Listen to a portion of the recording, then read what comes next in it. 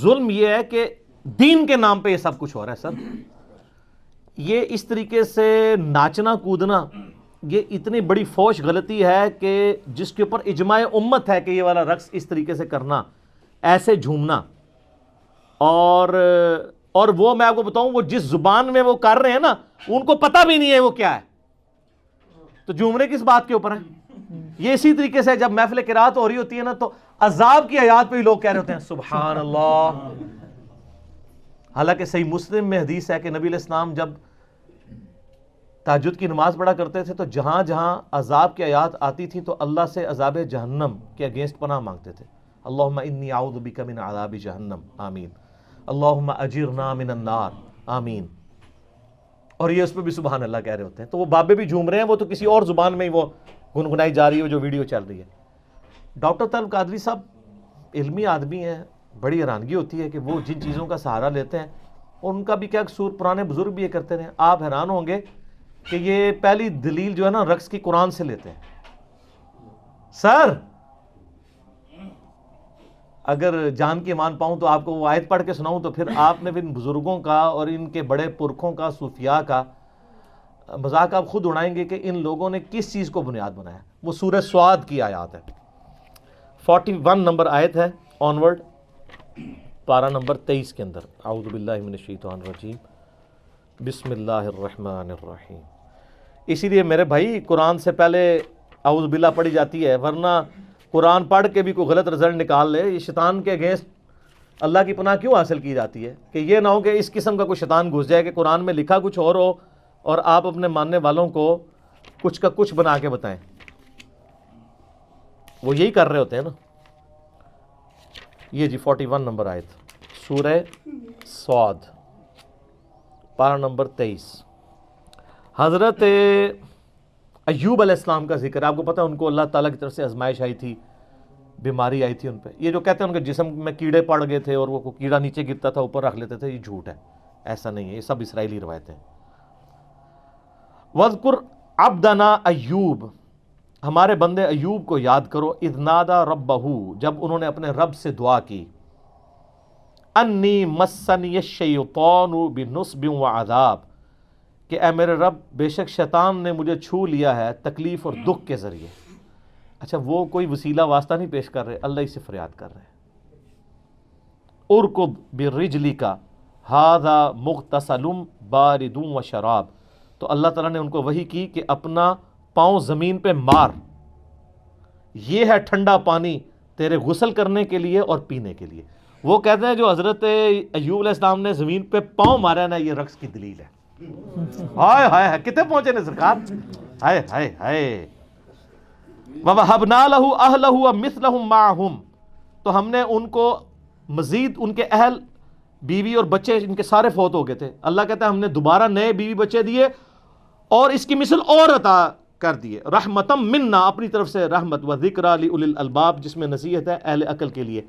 وہ کہتے ہیں جی اگر یہ پاؤں مار کے ناچنا حرام ہوتا تو قرآن میں یہ آتا، تو اس میں تو صرف پاؤں مارنے کا ذکر ہے، یہ تو نہیں کہ وہ پاؤں مارتے ہی جا رہے تھے.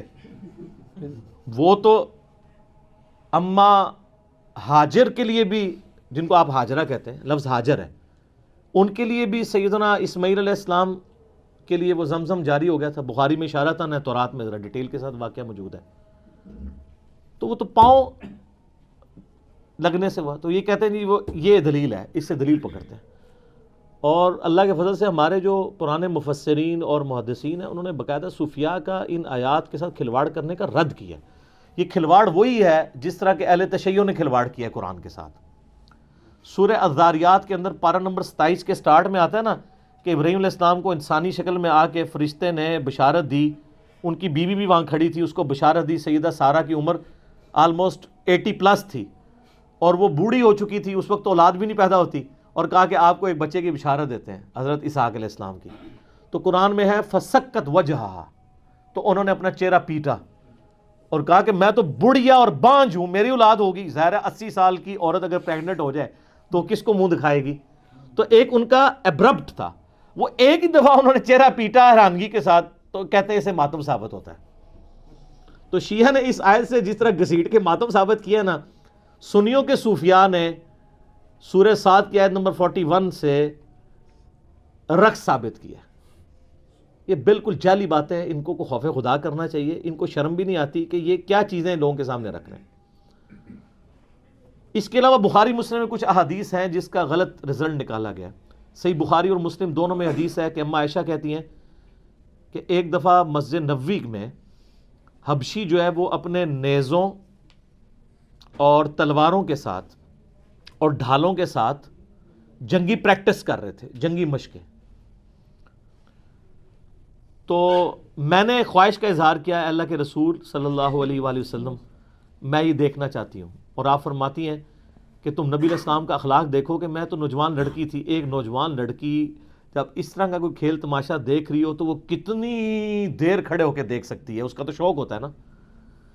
تو نبی علیہ السلام سامنے کھڑے ہو گئے، میں ان کے پیچھے کھڑی ہو گئی اور میں آپ علیہ السلام کے جسم مبارک سے یعنی اوٹ کر کے پردے میں وہ دیکھتی رہی جب تک کہ میں تھک ہی نہیں گئی. نبی علیہ السلام نہیں ہٹے. کیا شفقت تھی. اور پھر اماں عائشہ کے الفاظ ہیں، تم سوچ سکتے ہو کہ ایک نوجوان لڑکی کتنی دیر کھڑے ہو کے یہ دیکھ سکتی ہے.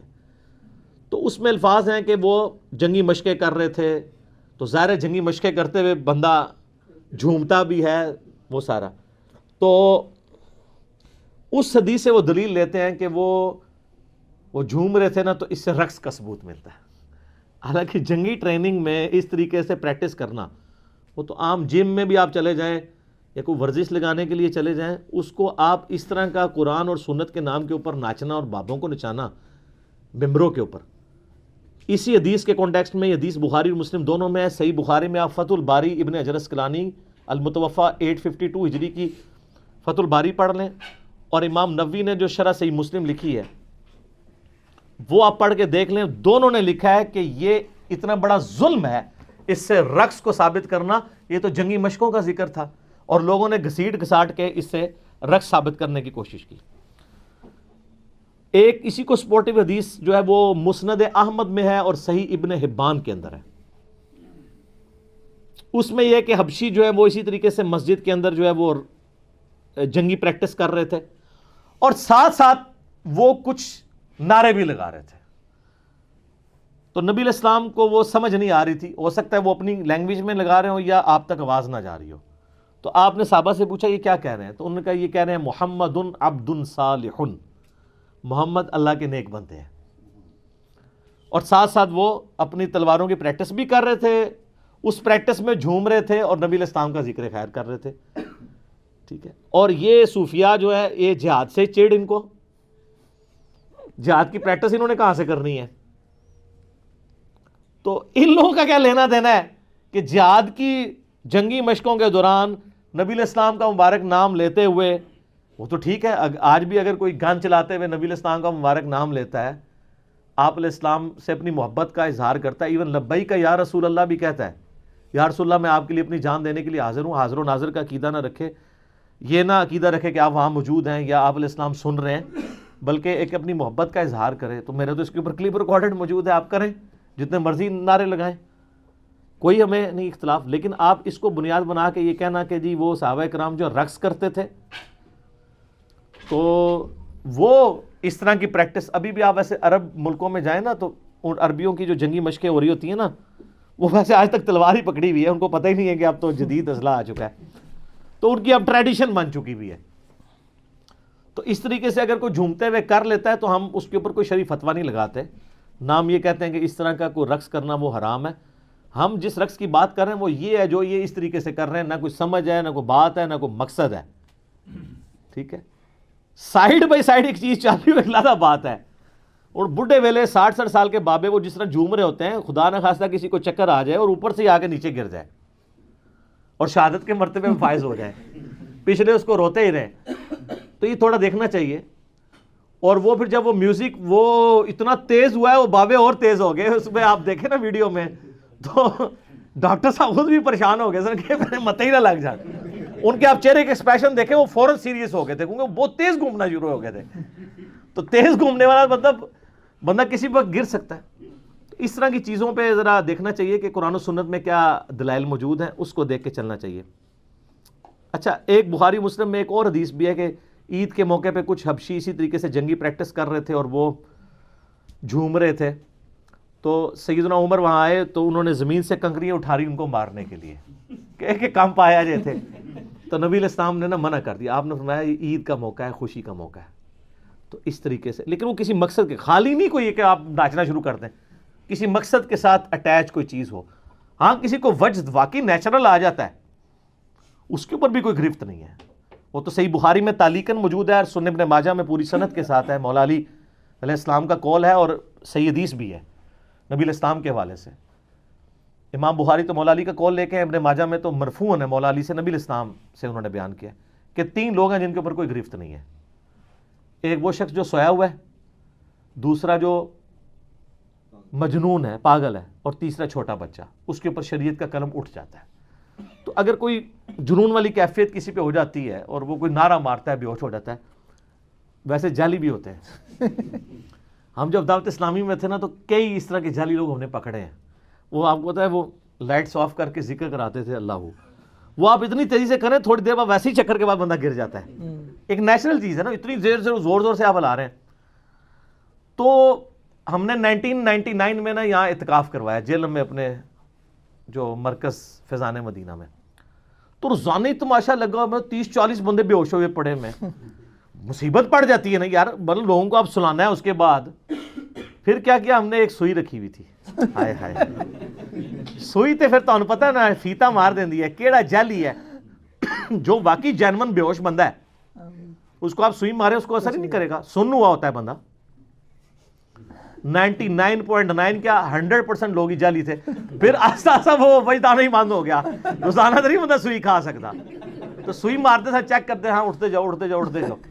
تو جب ان کو پتہ چل گیا کہ اب یہ سوئی سے اٹھائیں گے تو وہ پھر وجدانیں بند ہو گئی. تو سر یہ جو بابے جھوم رہے ہوتے ہیں نا, تو ایک سوئی رکھ لیں آپ, ٹھیک ہے, ایک ایک بابے نے سوئی لا کے چیک کرو تو انشاءاللہ تعالیٰ ان کا سارا وجد اتر جائے گا.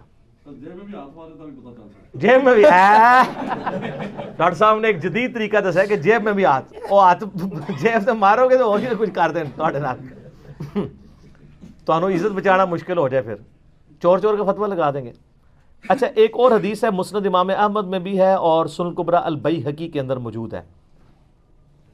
ویسے مزے کی حدیث ہے یہ حدیث بخاری میں بھی ہے. بخاری میں صرف اتنے الفاظ ہیں کہ نبی علیہ السلام نے زید ابن حارثہ سے کہا کہ زید ہمارا مولا ہے, جگری یار ہے, کیونکہ حضرت زید ابن حارثہ کو حضور نے آزاد کیا ہوا تھا, لے پالک غلام تھے. اور حضرت جعفر ابن ابی طالب حضرت علی کے بھائی کو کہا, جس نے وہ نجاشی کے دربار میں سورہ مریم پڑھی تھی, کہ جعفر تم شکل و صورت میں اور سیرت میں میرے مشابہ ہو. بڑی فضیلت. اور تیسرے مولا علی سے نبی علیہ السلام فرمایا علی تم مجھ سے ہو میں تم سے ہوں.